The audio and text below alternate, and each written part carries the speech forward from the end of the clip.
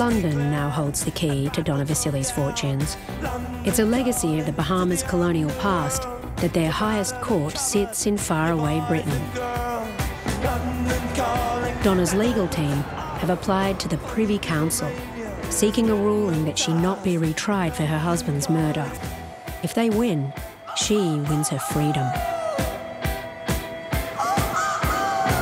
It's high stakes, and her lawyers are the best money can buy.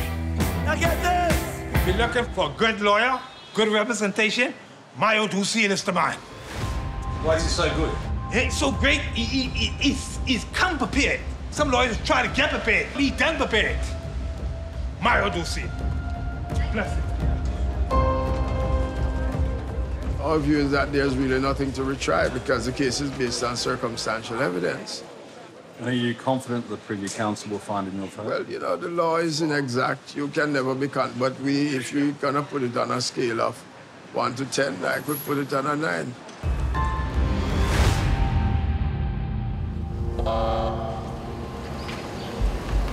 For Donna Vasyli, it's been quite the journey since her husband was murdered. The grieving wife who became prime suspect, put in handcuffs and leg irons. Convicted, jailed, and then sensationally released, but not yet free to leave the Bahamas. Freed on bail, Donna left her prison cell to return to the luxury of Old Fort Bay. Her home now is her daughter's house, 3 kilometres from the mansion she and Phil built. Stop. On the day we drove there, Donna was in her car and backed out of her driveway to film us on her iPhone. We'd previously written to her, requesting an interview. We'd also approached her son, Aaron, and her sister, offering Donna the chance to tell her story. All offers were declined, but this was a face-to-face opportunity to ask her again. I'm not rolling. Is there any time I can make the time to talk to you? Because I've made approached you, not really had an opportunity to speak. Is there anything No, stop, please stop.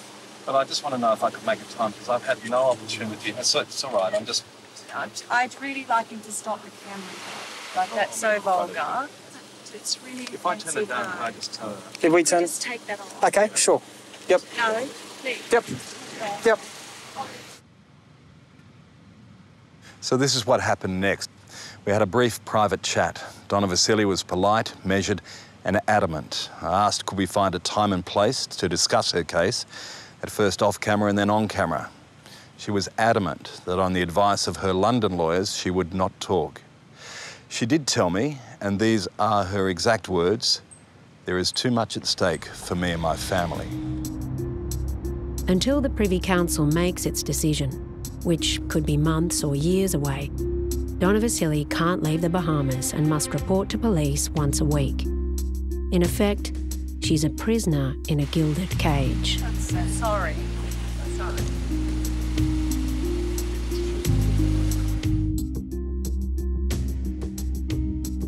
And what of the business Phil built?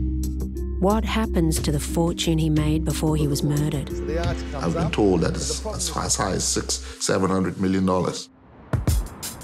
Yeah, I'm out at Brooklyn. Now I'm down in Tribeca, right next to the Narrow, but I'll be hood forever. Just before Christmas, an invitation-only cocktail party was held at the Manhattan showrooms of Vionic, the company Phil founded. The attendees were all big money, from the big end of town.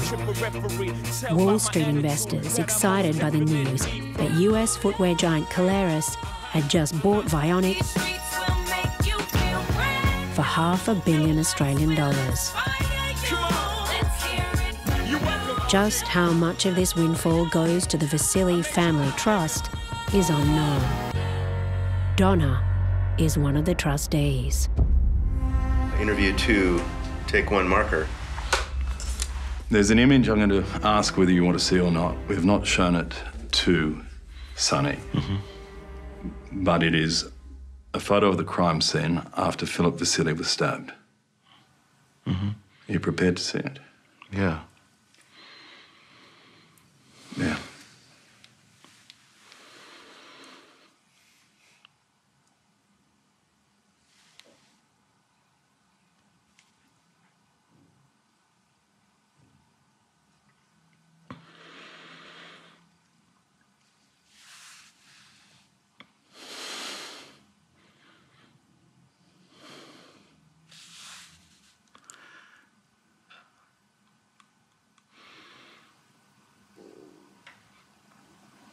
That's not Philip. That's not him there.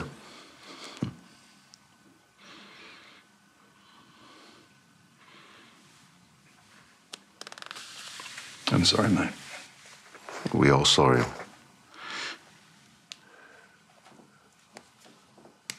Yes. But whoever did that left him to bleed out and die. Yeah. Cold blood.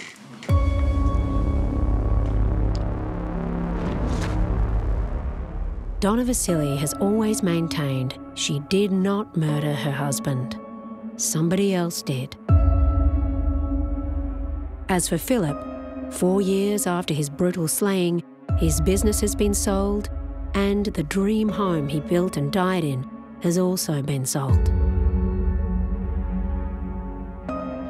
He didn't deserve to go like that, to die like that. His final resting place is unknown. The identity of his killer remains a mystery. Hey guys, just in Sydney now, Australia. I just thought you guys would really appreciate the position of this penthouse. I think about him a lot. Sometimes I go and listen to his voice notes that he would send me, and I'd go back and read over different Bible verses he would interpret for me.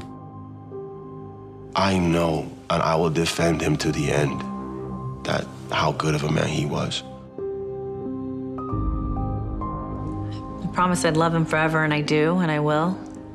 You know, my husband knows that now, my kids know that. And I hope he knows that.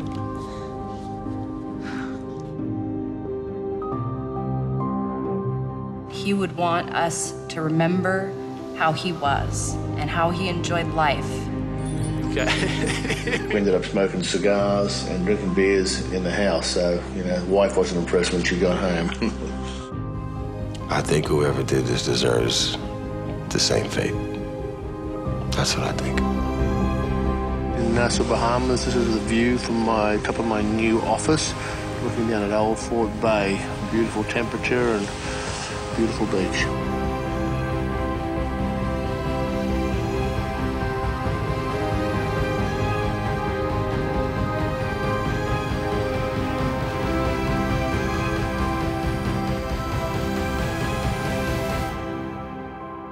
Would you do the same? Would you stay with him? Would you be with him? I would do it again.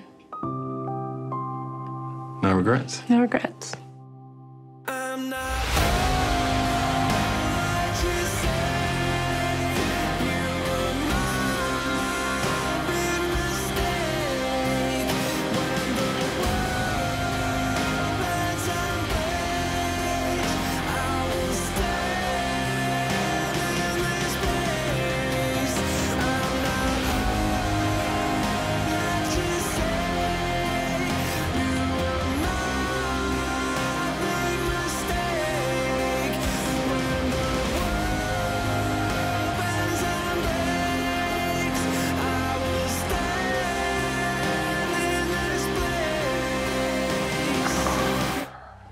Just the way he left the world is so tragic.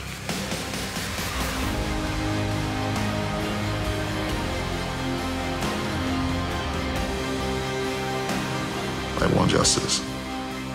I want justice. I would feel much safer living, going on, if there was justice for him.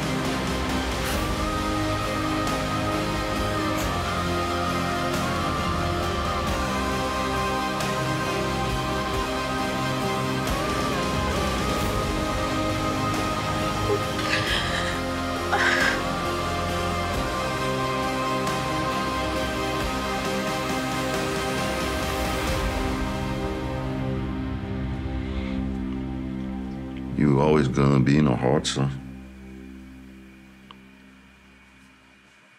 You're always inside all of us.